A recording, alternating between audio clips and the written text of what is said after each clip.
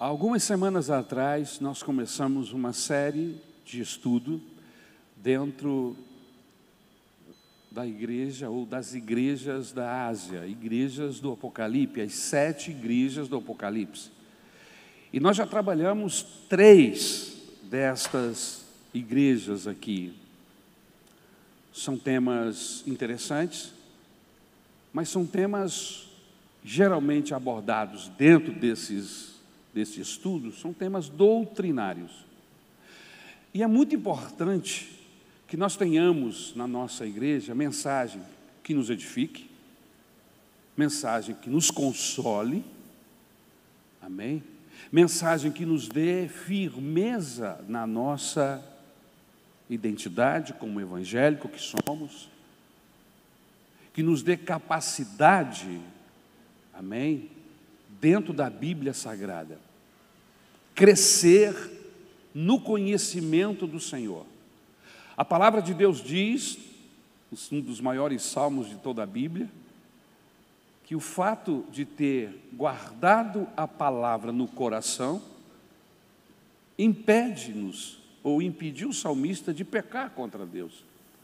Então, na igreja sagrada, na igreja, é muito importante que nós tenhamos mensagens que venham falar sobre a nossa dor, que venham nos consolar, que venham nos secar as lágrimas, que venham abençoar-nos por causa das dificuldades e necessidades que passamos no dia a dia, mas também é muito importante que a igreja receba pão do céu, que venha lhe dar firmeza doutrinária. E o alvo desse estudo, dentro das igrejas do Apocalipse, as 7 igrejas da Ásia, é nos formar, nos fortalecer doutrinariamente. Por isso, fique atento, porque nós vamos trabalhar um tema muito importante hoje aqui.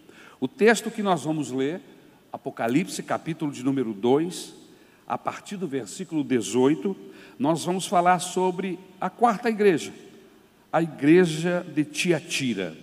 Amém? O texto que nós vamos usar é a partir do versículo 18, capítulo 2 do livro de Apocalipse, o último livro da Bíblia, versículo 18 em diante. O texto diz assim, eu vou ler na Nova Versão Internacional. Ao anjo da igreja em Tiatira, escreva: estas são as palavras do Filho de Deus, cujos olhos são como chama de fogo e os pés como bronze reluzente. Conheço as suas obras, o seu amor, a sua fé, o seu serviço e a sua perseverança. E sei que você está fazendo mais agora do que no princípio. No entanto, contra você tenho isto: você tolera Jezabel, aquela mulher que se diz profetiza. Com os seus ensinos, ela induz os meus servos à imoralidade sexual e a comerem alimentos sacrificados aos ídolos. Dei-lhe tempo para que se arrependesse da sua imoralidade sexual, mas ela não quer se arrepender. Por isso, vou fazê-la adoecer e trarei grande sofrimento aos que cometem adultério com ela, a não ser que se arrependam das obras que ela pratica. Matarei os filhos dessa mulher. Então todas as igrejas saberão que eu sou aquele que sonda mentes e corações, e retribuirei a cada um de vocês de acordo com as suas obras. Aos demais que estão em Tiatira, a vocês que não seguem a doutrina dela e não aprenderam, como eles dizem, os profundos segredos de Satanás, digo: não porei outra carga sobre vocês. Tão somente apeguem-se com firmeza ao que vocês têm, até que eu venha. Aquele que vencer e fizer a minha vontade até o fim, darei autoridade sobre as nações. Ele as governará com cetro de ferro e as despedaçará como a um vaso de barro. Eu lhe darei a mesma autoridade que recebi de meu Pai. Também lhe darei a estrela da manhã. Aquele que tem ouvidos, ouça o que o Espírito diz à igreja. Obrigado, meu Deus, pela tua palavra. Só de ler já provoca em nós temor, mas provoca-nos também sede de conhecer, de entender. Precisamos, ó Deus, da tua ajuda. Espírito Santo nos instrui, nos orienta. Senhor, me dê uma mente fortalecida, uma mente tocada pelo teu Espírito Santo, Senhor, para que eu possa, com raciocínios rápidos, inteligentes, colocar essa mensagem e que o teu nome possa ser glorificado, que o teu nome possa ser adorado e glorificado por causa da tua palavra. É no nome de Jesus que nós rogamos estas bênçãos. Amém. O tema da mensagem é Tiatira, pentecostal, mas doente. É possível uma igreja estar abundante nos dons espirituais e ao mesmo tempo doente? É possível. É possível uma igreja ser perfeita no amor e estar envolvida em heresias grosseiras? É possível uma igreja ter um serviço social ativo, conviver com práticas que se aproxime à feitiçaria? A resposta é sim, sim, é possível. É o caso da igreja de Tiatira. Ela era exatamente assim, cheia de dons, amor, mas as suas últimas obras eram melhores que as primeiras, e mesmo assim era uma igreja doente. Apesar de toda esta condição e capacidade, era uma igreja doente. Vamos conhecer um pouco da cidade de Tiatira, até porque já estamos na quarta mensagem e nós já entendemos, já aprendemos que Deus, o Senhor Jesus, fala a essa igreja, fala a igreja de Éfeso, fala a igreja de Sardes, fala a igreja de Tiatira, mas ele sempre trabalha o contexto da cidade com a igreja, para lhe trazer uma mensagem especial. Tiatira, meus queridos, era uma cidade pequena, insignificante, como uma espécie de cidade dormitório, onde as pessoas, a caminho de cidades maiores, passam por lá. Dormiam e depois iam embora. Deixa-me dar um exemplo aqui. A cidade de Xerém, por exemplo. Xerém é uma cidade dormitória. As pessoas vão, dormem e voltam para o trabalho. É caminho. Tiatira ficava próxima da cidade de Pérgamo. Não era grande cidade, politicamente falando, e nem era uma grande cidade, comercialmente falando. Poderia sim ser uma cidade sem expressão. Não havia nela religiões ou guarnições romanas. Era uma cidade que vivia do biscate. Sapateiros, fazedor de chaves, chaveiros, pedreiros, pessoas que faziam biscates, tinham um trabalho técnico que era desenvolvido por muitos, Mas Tiatira, ela era justamente conhecida por ter a técnica de tingir tecidos. E naquela época, meus irmãos, onde não havia corantes derivados de petróleo, quem conseguisse tingir um tecido de uma forma uniforme, homogênea, levava vantagem sobre qualquer outro tingidor. E era o caso da cidade de Tiatira. Os melhores tingidores estavam lá. E por isso ela era conhecida como uma cidade onde os tecidos eram tingidos e vestia nobreza. O apóstolo Paulo, inclusive, pregou para uma mulher que sua origem era de Tiatira. E eu estou falando de Lídia, uma personagem muito interessante, muito especial, das grandes histórias que Paulo nos conta. Isso está em Atos, capítulo 16, versículo 14. Agora, é importante que nós todos tenhamos atenção na conversão de Lídia. Por quê? Porque o principal problema da igreja de Tiatira era uma mulher. Você notou na leitura que o Senhor Jesus começa a falar para a igreja, mas elogia, faz alguns elogios, diz de como ele olha a igreja, mas ele tem uma coisa contra essa igreja, é que essa igreja dá espaço para uma mulher. que aqui no texto é chamada de Jezabel. Não era Jezabel lá, a esposa do Acabe do Antigo Testamento, mas suas atitudes, os seus ensinamentos, as orientações religiosas daquela mulher eram semelhantes a Jezabel, esposa do Acabe lá do Antigo Testamento. Por isso, Jesus a chama de Jezabel. Tenho contra ti. Então veja que no contexto da igreja tem uma mulher. Não sabemos muito sobre esta mulher, mas o texto nos diz que esta mulher era comparada a Jezabel, mulher de Acabe, rei de Israel, no Antigo Testamento. Não temos muita referência sobre esta mulher citada aqui no texto. Quem sabe ela fosse a mulher do pastor? O que podemos entender é que a conversão de Lídia a levou de volta a Tiatira, e com certeza esta pregou a outras mulheres, e que a igreja de Tiatira tinha uma predominância de mulheres, inclusive na liderança da igreja, o que é muito interessante. Uma liderança forte e uma liderança de influência na igreja. Bom, vamos ao texto. O versículo 18, e eu quero que você mantenha a Bíblia aberta, para que você possa ver que nós estamos trabalhando o texto, ok? O versículo 18 diz assim: ao anjo da igreja em Tiatira escreva: estas são as palavras do Filho de Deus, cujos olhos são como chama de fogo e os pés como bronze reluzente. Primeira coisa interessante que eu vejo nesse texto: o Senhor Jesus, ele se identifica aqui como faz nas outras igrejas, quando ele se identifica para as igrejas que nós já trabalhamos aqui. É importante acrescentar que ele se apresenta de maneira peculiar a cada igreja. Como é que Jesus se revela à igreja de Tiatira? Ele se identifica de 3 maneiras diferentes. Vamos lá.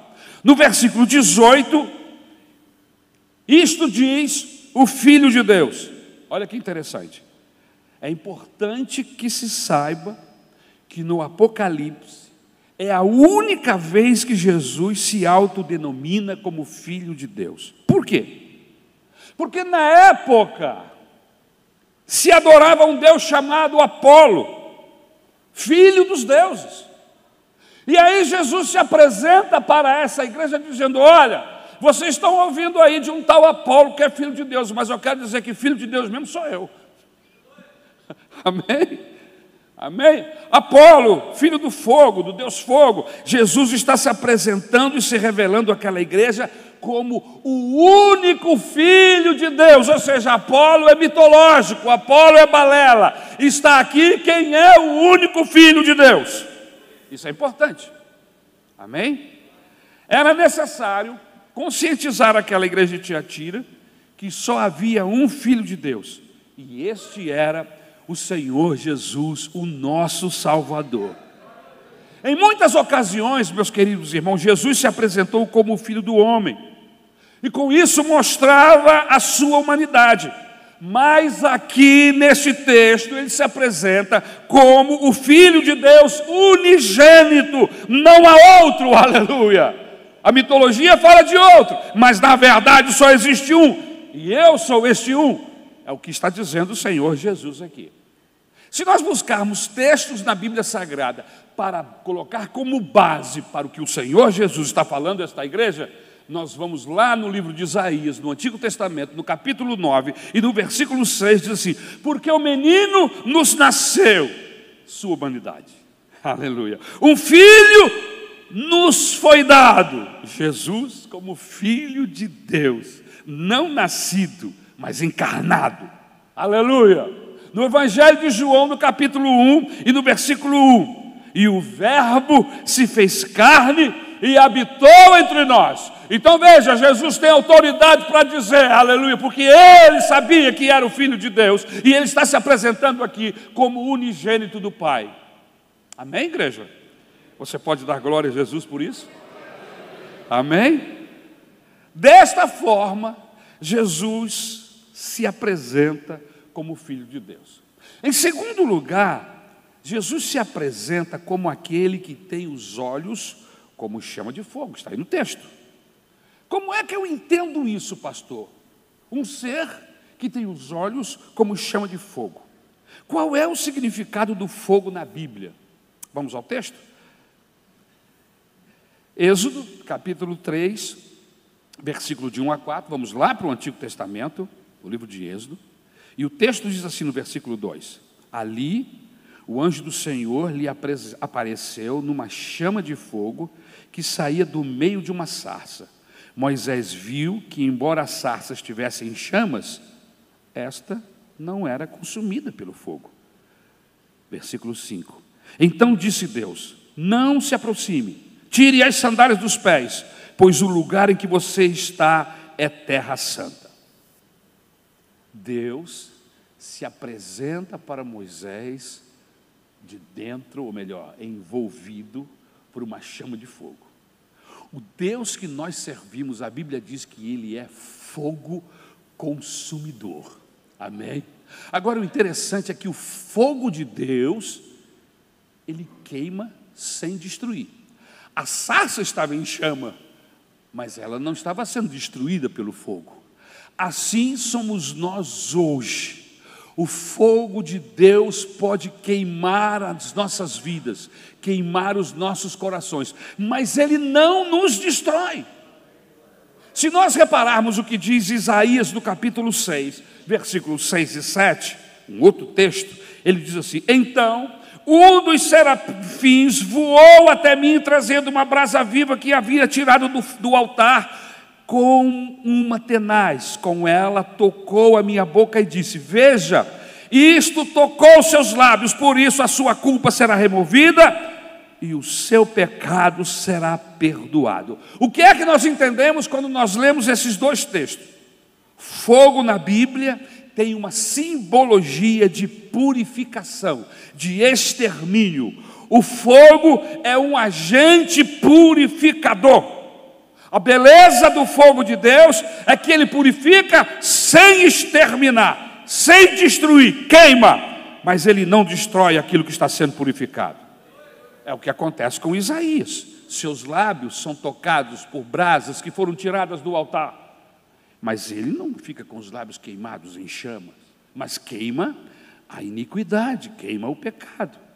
O alvo do fogo de Deus não é o pecador.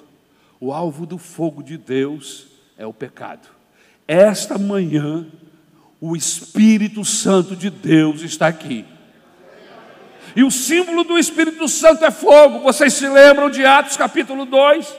Quando os discípulos estavam sendo batizados, eles ouviram um barulho, pela ordem do texto, ouviram um barulho e abriram os olhos para ver o que estava acontecendo. Eles estavam orando e quando eles abriram os olhos, eles viram chamas de fogo pousando sobre a cabeça de cada um deles. Da mesma forma, o Espírito Santo de Deus está aqui esta manhã, e o seu alvo é nos purificar, é nos limpar, aleluia, é queimar, fazer o nosso coração arder de paixão pelo Senhor Jesus Cristo.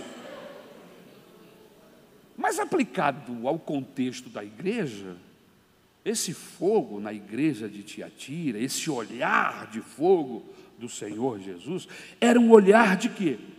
Um olhar investigador, um olhar que penetra com profundidade para conhecer pensamentos, conhecer intenções, conhecer imaginações. Então, quando Jesus diz para a igreja de Tiatira: eu tenho os olhos, meus olhos são como chama de fogo, ele está querendo dizer que ele está investigando, que ele tem conhecimento de todo o pensamento, de toda ideia que esteja na minha ou na sua cabeça, como também sobre aquelas pessoas que estavam ou que participavam daquela igreja. Em terceiro lugar, seus pés.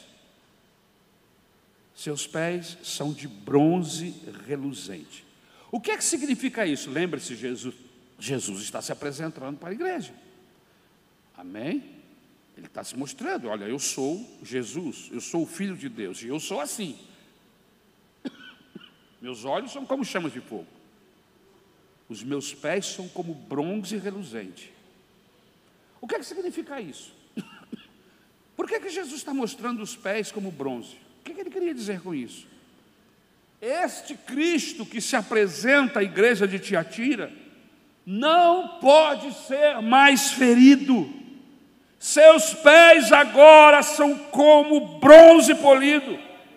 O diabo, o mundo ou qualquer outra circunstância, nada pode ferir os pés do Senhor Jesus. A serpente e a sua peçonha não pode mais com ele. Obrigado, meu amor. Obrigado, querido.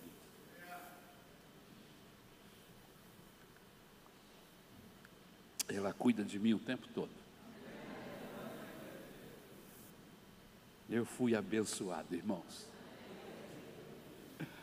A minha esposa foi um machado. Eu vou orar para que você ache alguém igual para você. Vamos fechar o parênteses. Obrigado, amor. A serpente e a sua peçonha não pode mais com Jesus.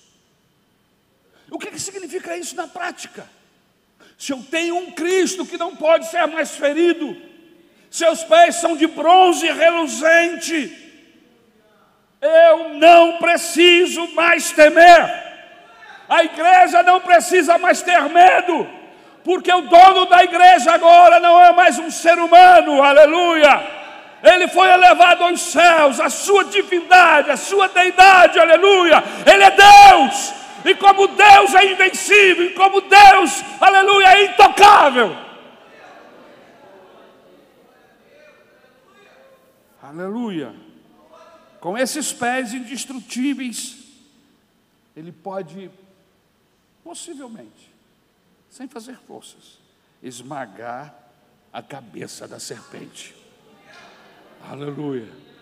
O Deus da igreja tem poder para esmagar a cabeça do maior malfeitor da humanidade.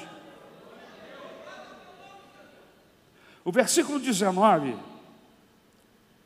no texto de Apocalipse, versículo 19, Jesus começa a elogiar a igreja, como faz com todas as igrejas, né? Ele se apresenta, e depois que ele se apresenta, ele começa a pensar alguns valores desta igreja. Interessante, né? A maioria de nós, quando vamos falar com alguém, a gente até às vezes se apresenta, mas a gente não usa essa técnica do Senhor Jesus, que a Isabel, a psicologia, diz que é a técnica do sanduíche.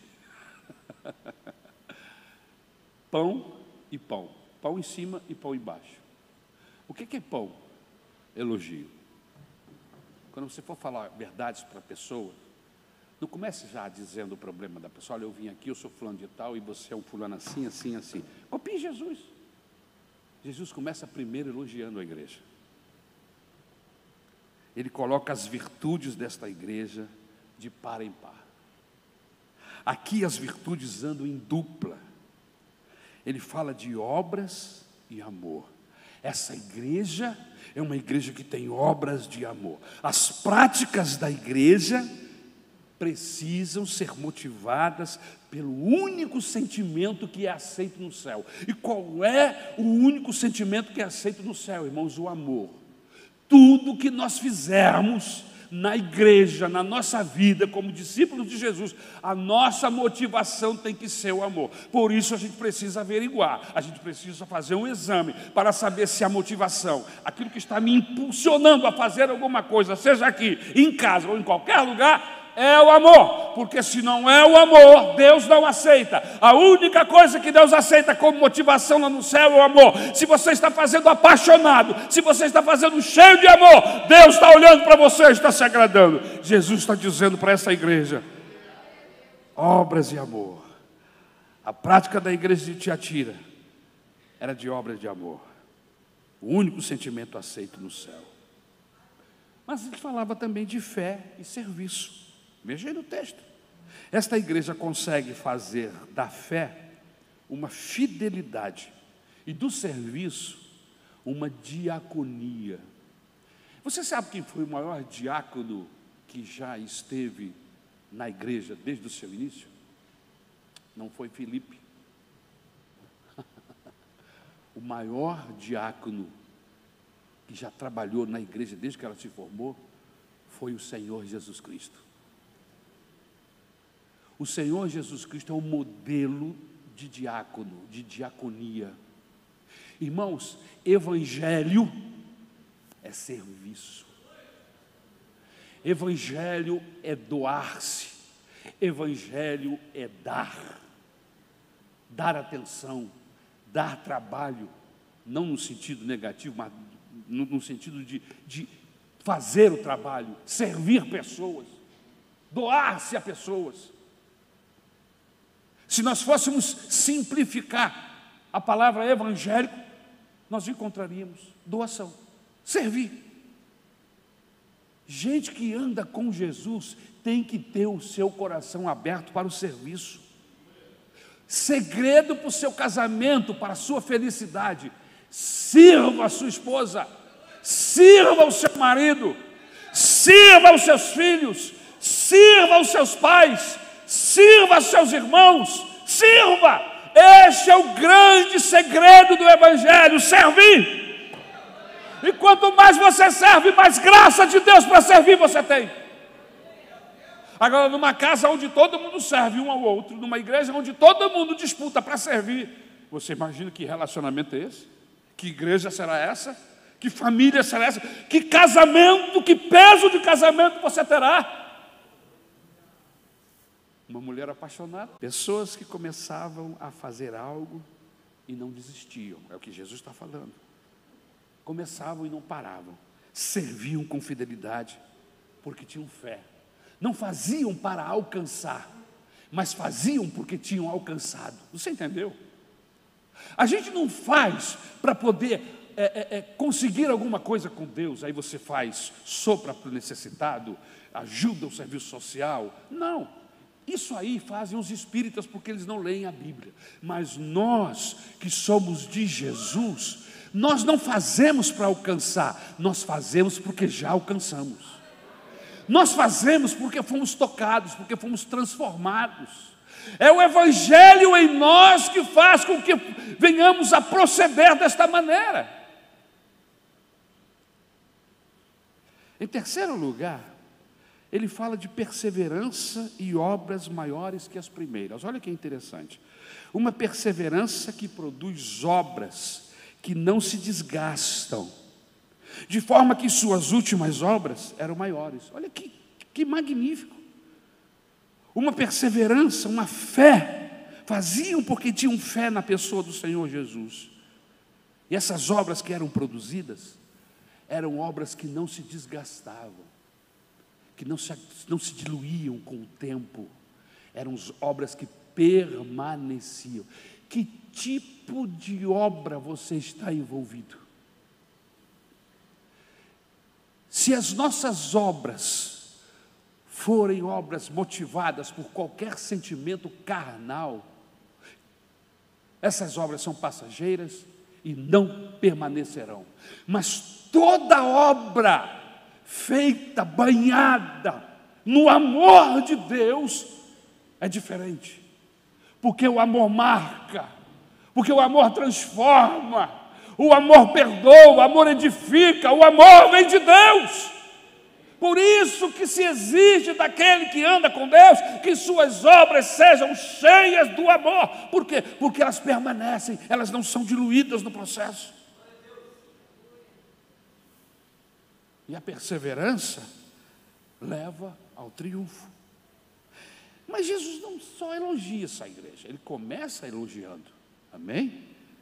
Aquela igreja tinha dificuldades, aquela igreja tinha problemas, nós já lemos aqui o texto. O que Jesus tinha contra aquela igreja? Versículo de número 20. No entanto, contra você tenho isto: você tolera Jezabel, aquela mulher que se diz profetiza, com seus ensinos, ela induz os meus servos à imoralidade sexual e a comerem alimentos sacrificados aos ídolos. Vamos voltar um pouco no tempo, e biblicamente falando, vamos lá para o Antigo Testamento. Primeiro livro de Reis, capítulo de número 16, versículo 31 ao 33. Primeiro livro de Reis, nos diz assim: diz que Jezabel era cananeia e era casada com o rei Acabe. Esse texto nos fala um pouco sobre quem era Jezabel. Sua principal característica, segundo o texto de Reis, era a feitiçaria. Ela converteu-se ao judaísmo com o objetivo de introduzir em Israel o culto a Baal. Assim como Jezabel, existem muitos usando uma linguagem evangélica para confundir ou para camuflar feitiçaria com supostas guerras espirituais. Querem ensinar à igreja o conhecimento das profundas coisas do diabo. A Bíblia não diz que eu devo conhecer com profundidade as coisas do inferno e do diabo.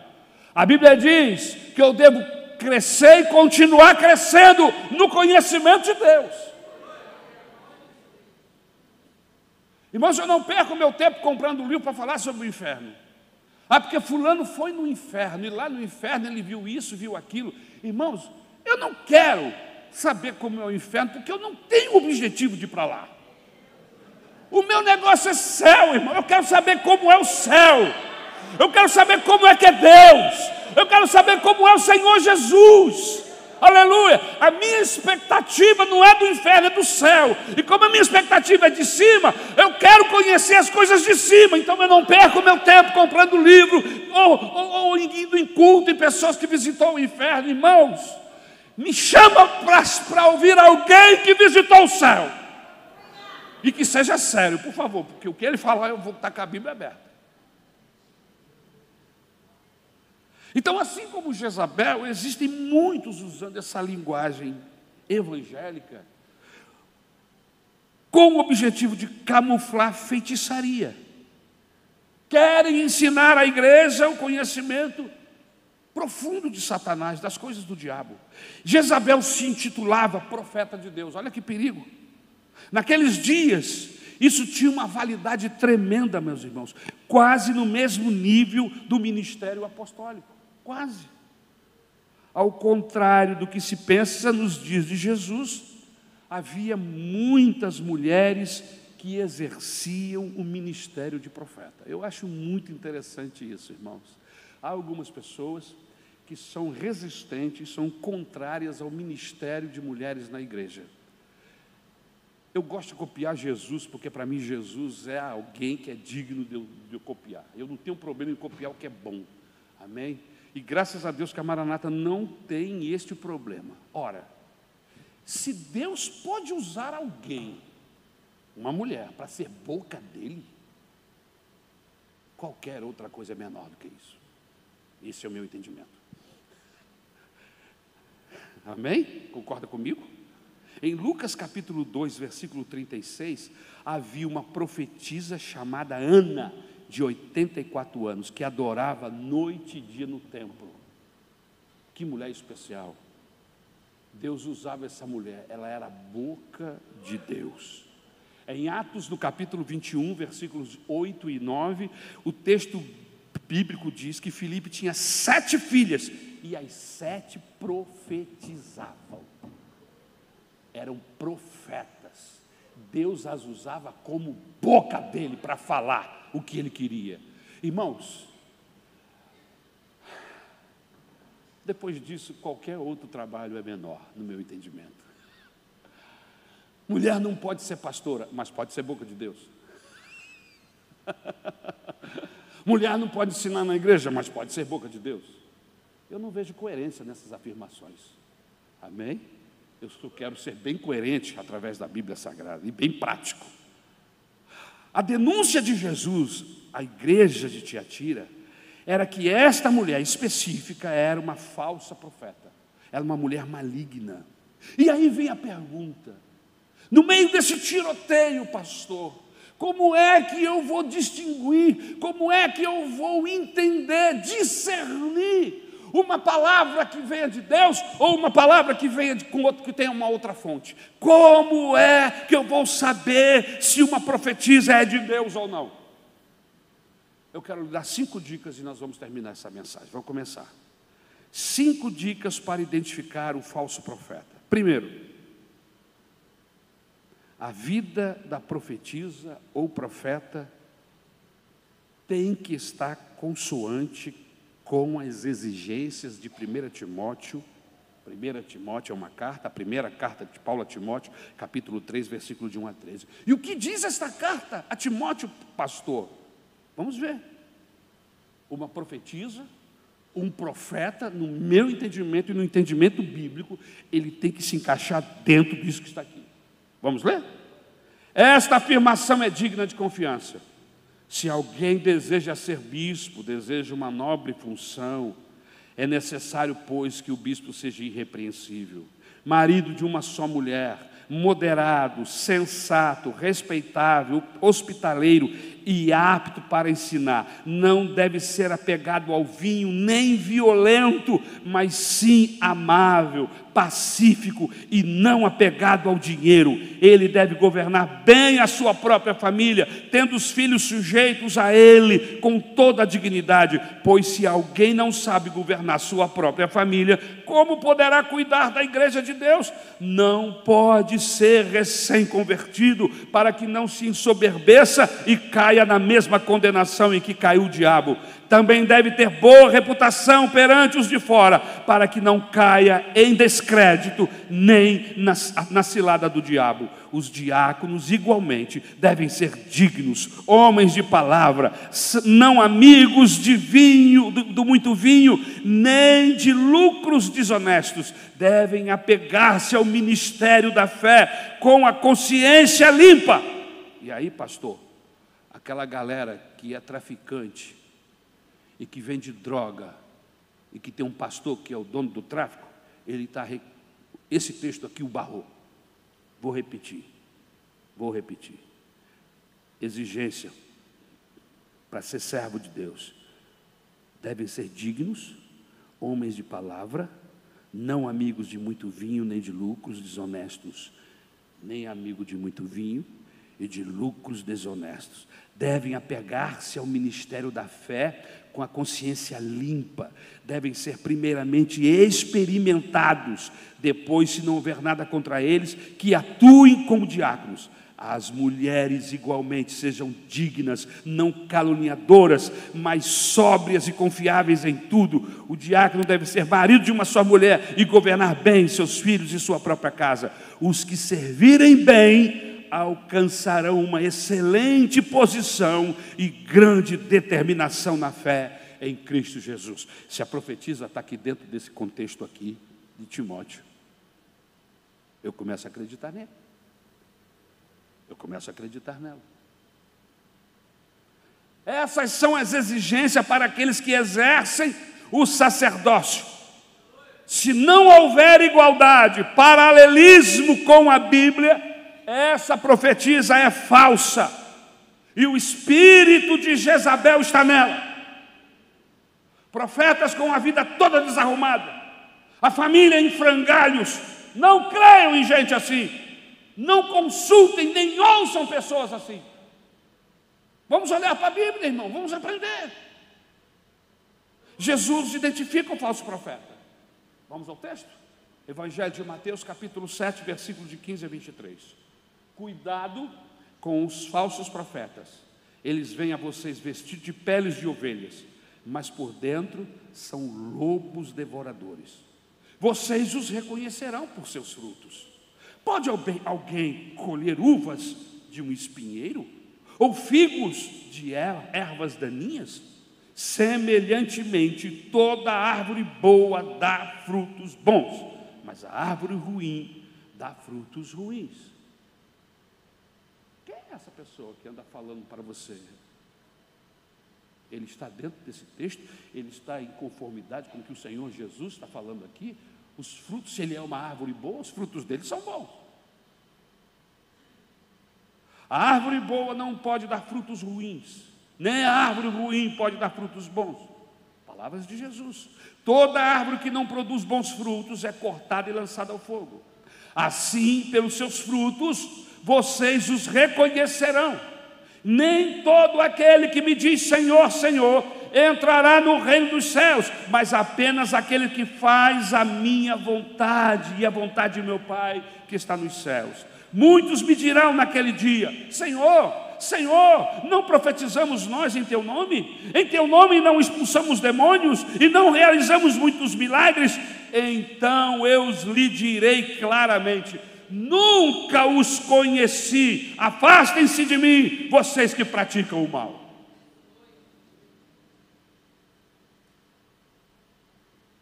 Vamos identificar quem é o falso profeta? Vamos lá? Em segundo lugar, como identificar o falso profeta ou a falsa profetisa? A profecia deve estar em equilíbrio com a palavra de Deus. Primeiro, a vida do profeta, fruto. Em segundo, essa profecia, essa palavra profética precisa estar equilibrada, equalizada com a palavra de Deus. Qualquer palavra de qualquer profeta que não está equalizada com a Bíblia é mentira, é engano. Por isso que o Espírito Santo criou a escola bíblica dominical. Foi obra do Espírito Santo. Para quê? Para que os crentes conheçam a palavra de Deus.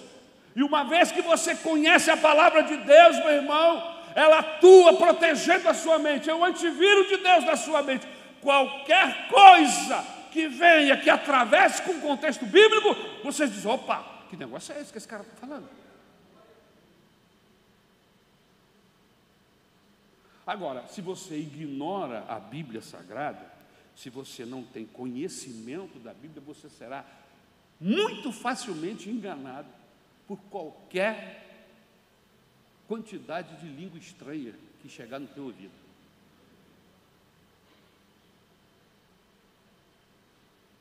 Qualquer profecia que tira ou acrescente a palavra de Deus deve ser descartada, porque não é de Deus. Baseado em quê, pastor, o senhor está falando isso? Baseado na Bíblia. Deuteronômio capítulo 4, versículo 2. Nada acrescentem às palavras que eu lhes ordeno, e delas nada retirem, mas obedeçam aos mandamentos do Senhor, o Deus de vocês, que eu lhes ordeno. Capítulo 13 do mesmo Deuteronômio, de 1 a 6. Se aparecer entre vocês um profeta ou alguém que faz predições por meio de sonhos e lhes anunciar um sinal miraculoso ou um prodígio, e se o sinal ou prodígio de que ele falou acontecer, e ele disser: vamos seguir outros deuses que vocês não conhecem e vamos adorá-los, não deem ouvido às palavras daquele profeta ou sonhador. O Senhor, o seu Deus, está pondo vocês à prova, para ver se vocês o amam de todo o coração e de toda a alma. Sigam somente o Senhor, o seu Deus, e temam a Ele somente.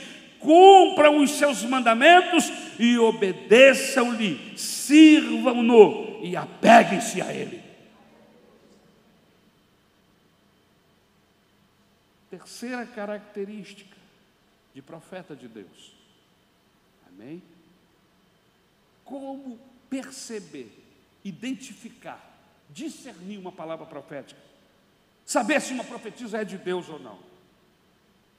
Terceiro, desconfie de toda profecia que não tenha o reino de Deus em perspectiva. Desconfie de toda profecia, palavra profética, que não tenha o reino de Deus em perspectiva. Vamos ao texto bíblico? Segunda carta do apóstolo Pedro, capítulo 1, versículo 21. Carta universal. Pois jamais a profecia teve origem na vontade humana, mas homens falaram da parte de Deus, impelidos pelo Espírito Santo. Em outras palavras, profecia para casamento não é de Deus. Se tem alguém aí dizendo que você tem que casar com fulano ou casar com ciclano, olho, isso não é de Deus não. Amém? Vai orar e pedir a Deus condições, capacidade para você discernir dentre todas elas, dentre todos eles, qual é o seu amor, qual é aquele que vai abençoar a sua vida, com a presença dele, com a presença dela. Amém? Quarto lugar, como é que eu faço para discernir? Como é que eu faço para saber se a profetisa é de Deus ou não? Quarto lugar, não aceite qualquer profecia que não seja entregue no convívio da igreja. Ok? Eu vou na casa da irmã Mariquinha. A irmã Mariquinha é profeta e ela profetiza lá na casa dela. E é cheio de gente assim. Irmãos, a profecia é para ser feita aqui. Porque aqui eu tenho argumentação bíblica para julgar a palavra que está sendo dita. Lá na casa dela, ela está profetizando no seu ouvido para você. Ninguém vai julgar o que ela está falando. Por isso que a profecia precisa ser dita aqui. A profecia é para a edificação da igreja. Amém? Não aceite qualquer profecia que não seja entregue no convívio da igreja. Por que isso, pastor? Porque existem profetisas que são especializadas em profetizar em casas, mas na igreja ficam caladas, não falam nada na igreja. Porque se falar na igreja, o pastor vai ouvir, o diácono vai ouvir, o professor de EBD vai ouvir, e alguém vai dizer assim, se não disser, vai fazer assim.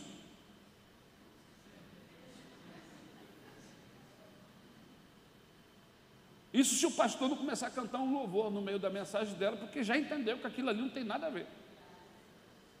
E não fique triste nem zangada, vai buscar o Senhor.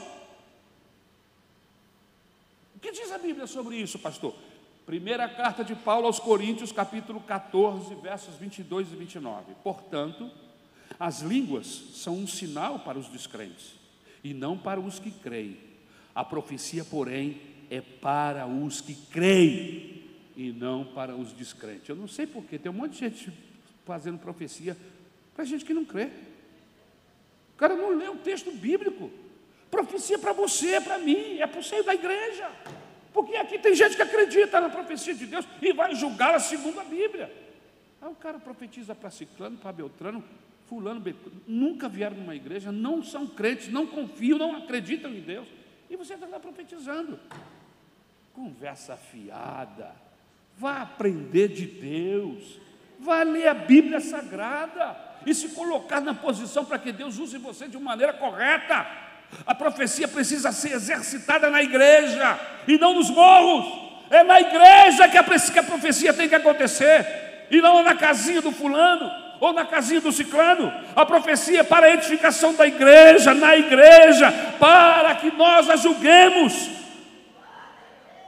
Irmãos, se tem alguém aqui neste templo esta manhã que acredita em profecia, sou eu.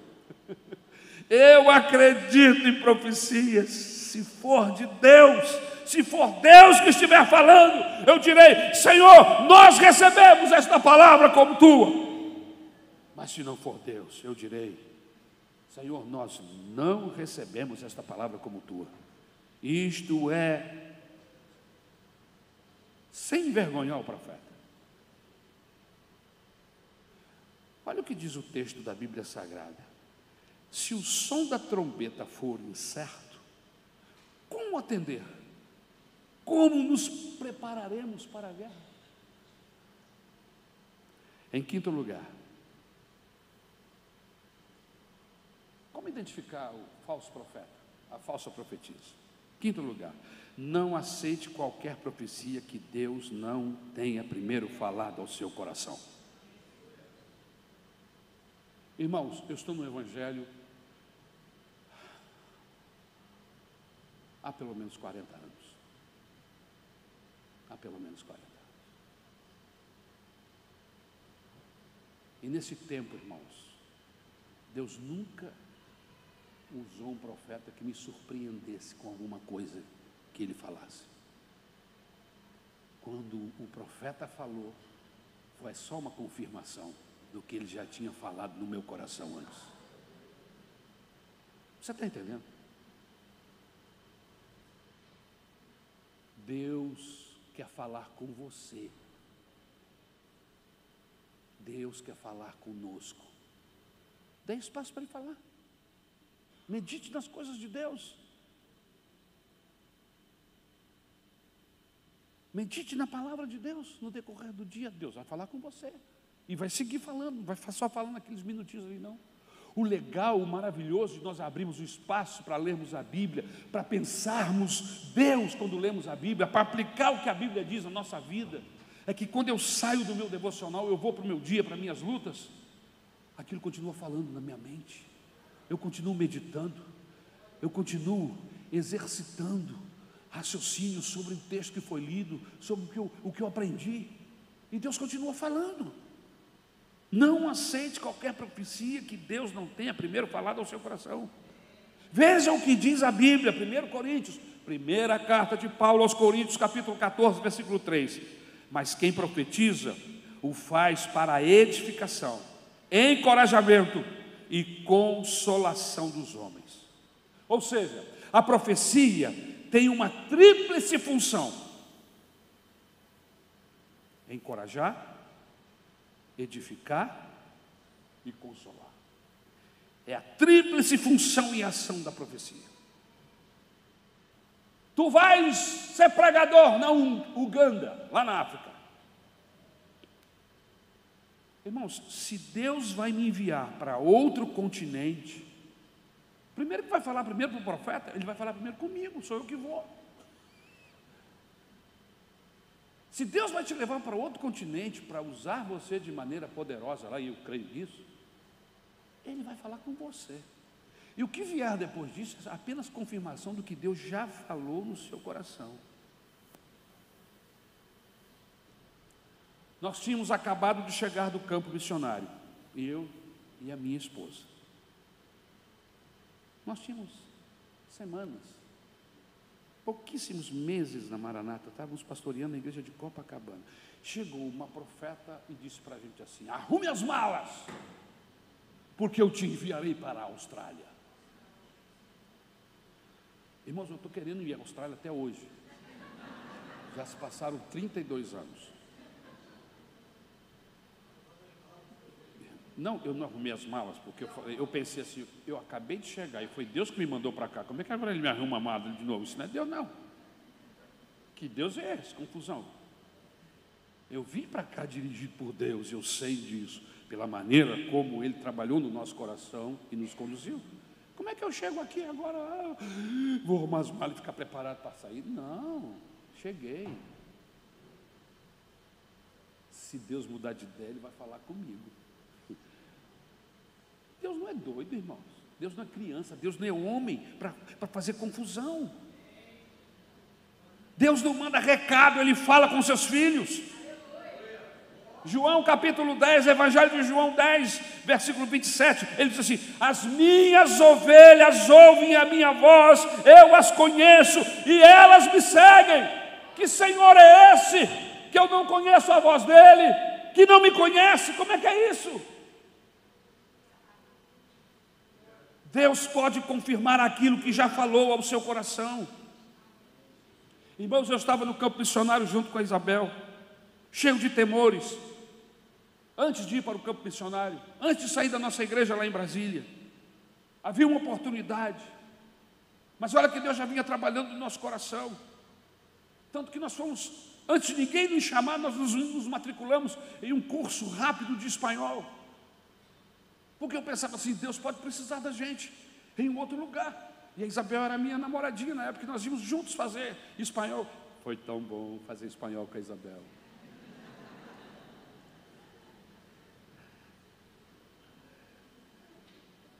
Deixa eu voltar para cá, já me perdi.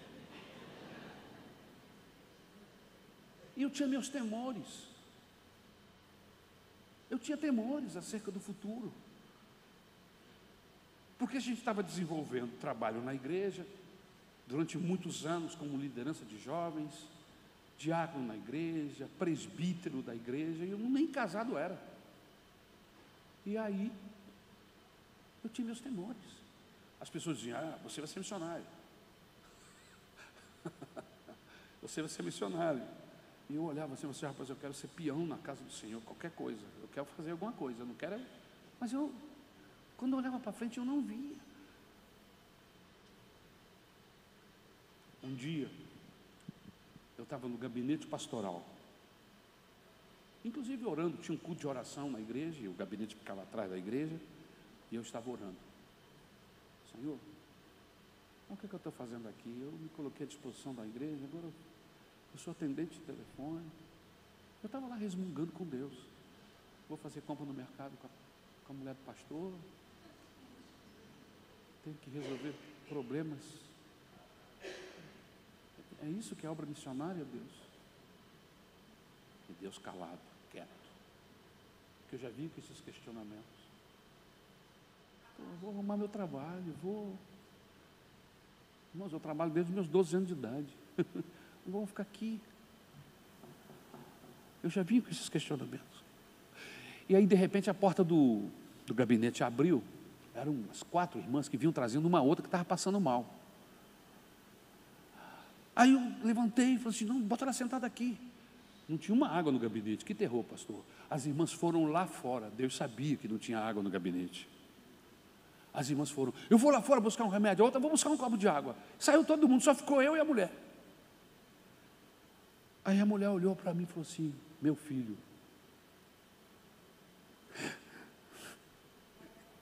não temas, eu vou te levar para fora do país, vou te abençoar e tu vais voltar de lá cantando.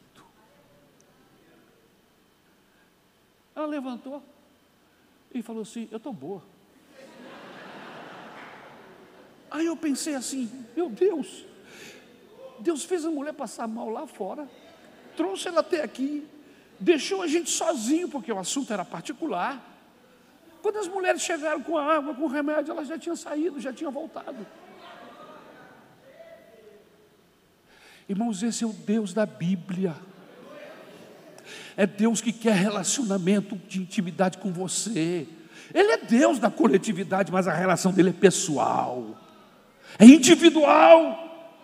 É por isso que eu sou apaixonado por esse Jesus, porque ao longo desses 60 anos de idade, 62 anos para ser mais exato, Ele tem se revelado, tem cuidado da minha vida, cada passo, cada movimento, eu vejo a mão dEle, aleluia.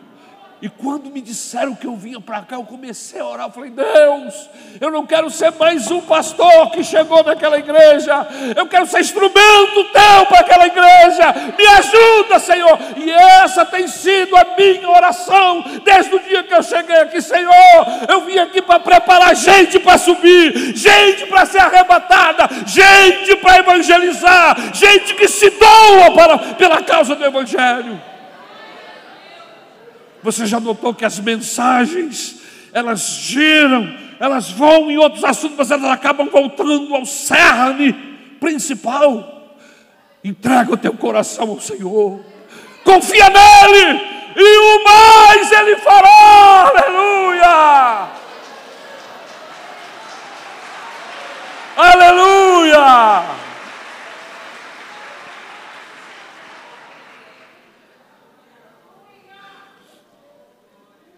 Quando essa mulher falou, essa profeta falou, eu nunca a tinha visto, ela não era da igreja, eu não a conhecia. Eu estava cheio de problemas, cheio de dificuldades, cheio de interrogações. E a palavra do Senhor veio ao meu coração e foi como bálsamo. Os meus temores desapareceram, os meus medos, os meus questionamentos pararam, porque agora o meu Salvador falou comigo.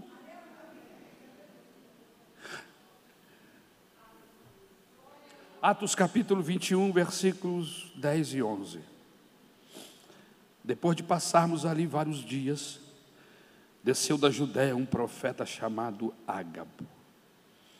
Vindo ao nosso encontro, tomou o cinto de Paulo e, amarrando as suas próprias mãos e pés, disse: assim diz o Espírito Santo, desta maneira os judeus amarrarão o dono deste cinto em Jerusalém e o entregarão aos gentios.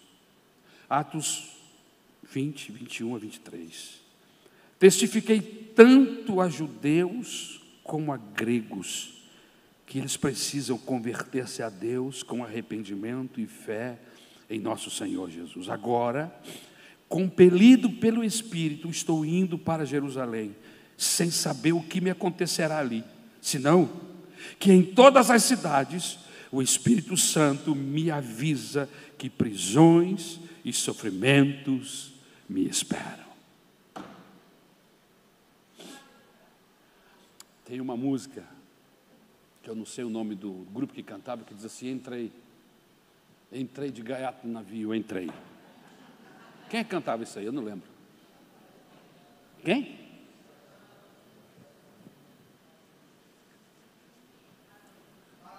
Paralama do Sucesso. Irmãos, pode ser que eles tenham entrado, mas eu nunca entrei de gaiato no navio. Gente de Deus é avisada, gente de Deus é preparada, gente de Deus, o Espírito Santo trabalha na mente dele, ele não entra, ele pode até entrar no navio, mas não entra de gaiato. Ele sabe, porque o Deus cuida dele. Nunca faça nada se baseando só na palavra do profeta. Havendo dúvidas, Deus confirmará aquilo que já falou no seu coração. Esse é o Deus da Bíblia. Esse é o Deus que tem se revelado a mim. E eu tomei uma decisão. Eu vou seguir esse Deus até o último dia da minha vida. Eu vou seguir a Jesus. E eu não vou abrir mão da sua palavra, dessa história que nós temos juntos. Eu tenho uma história com Deus junto. Ao longo da minha vida, minha história de vida, eu tenho uma percepção das intromissões maravilhosas de Deus na minha vida.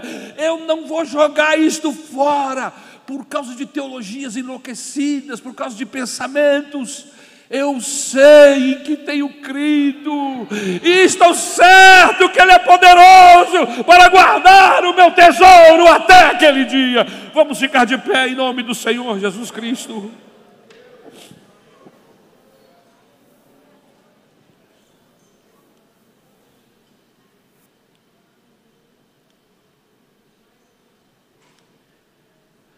Deixa eu dizer uma coisa para você.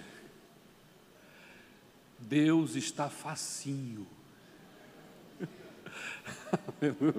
Diz isso para essa pessoa aí. Tem alguém facinho? Tem. Deus está facinho. A porta está escancarada. Qualquer um, a qualquer tempo, a qualquer momento. É só você querer. E Ele vai manifestar-se a você. Não tem barreiras, não tem segredos. Ele quer se manifestar. Ele não se esconde. Ele quer se revelar. A menor oração, menor pensamento, Ele vai saber, Ele vai perceber, porque Ele percebe tudo. E Ele vai dar um jeito de se revelar a você. Por que não buscar um Deus assim? Que é amor. Todo o amor que conhecemos no universo flui dele. Ele é o amor em pessoa. E esse amor me alcançou e alcançou você. Entregue-se a Ele. Deixa Ele dirigir a sua vida. Deixa Ele conduzir você. Aleluia. Eu vou fazer 62 anos agora em abril. Eu não conheço nesses 62 anos de vida, não é grandes coisas. Mas desse filete de vida que eu tenho, eu não conheço ninguém que Deus tenha desapontado, que buscou o Senhor e foi defraudado. Não, absolutamente não. Eu conheço muitas pessoas, todos que tiveram um encontro com Deus, que deram um lugar, que o buscaram, o acharam, o encontraram. Por quê? Porque Ele está facinho. Ele está facinho. Aleluia. Vamos falar com Deus agora? Vamos falar com Deus agora? Vamos pedir a Ele. Minha querida, você pode vir aqui fazer essa oração? Ore por você, ore por mim, ore pela igreja, para que barreiras caiam, para que circunstâncias desapareçam, ou mesmo que elas continuem teimosamente entre eu e Deus, eu vou passar por elas, eu vou transpassá-las, porque eu quero Deus, porque eu quero esse relacionamento. Porque evangelho, irmãos, não é religião. Evangelho é relacionamento com o divino. Foi isso que eu aprendi. Ari, você não é pastor de religião, você é um pastor que fala de relacionamento com Deus, de uma jornada, uma caminhada de uma vida com o dono do universo. Ora por nós, querida. Senhor Deus e Pai, Senhor, nós ficamos maravilhados como Tu cuidas de nós, como Teu Espírito Santo está sempre nos lembrando, nos apontando o caminho, nos trazendo de volta, caso nós venhamos a nos apartar, Senhor, a nos distrair com as coisas deste mundo, ou com os nossos pensamentos e preocupações. Como Tu és maravilhoso, Senhor, porque Tu estás sempre nos mostrando como devemos agir, como devemos fazer, Senhor, como devemos crer, como devemos Te buscar. Ó Espírito Santo de Deus, aleluia, nós somos gratos a Ti por esta aleluia, palavra. Senhor. Forja em nós ouvidos atentos para percebermos a Tua voz. Nos ajuda, Senhor. Nós não queremos, nós não podemos sermos confundidos com as outras vozes que nos cercam, vozes de nós mesmos, vozes de outros, vozes do inimigo, Senhor. Nós não queremos errar o caminho, nós queremos ir para o céu, Senhor. Nós queremos a vida eterna contigo, Pai. Aleluia. Ajuda-nos, Senhor, enquanto aqui estamos nesta terra, que nós possamos, Senhor, caminhar dentro da Tua vontade, amém, Senhor. Jesus. Oh Deus, nós queremos esse relacionamento contigo, Em em nome nome de de Jesus. Amém.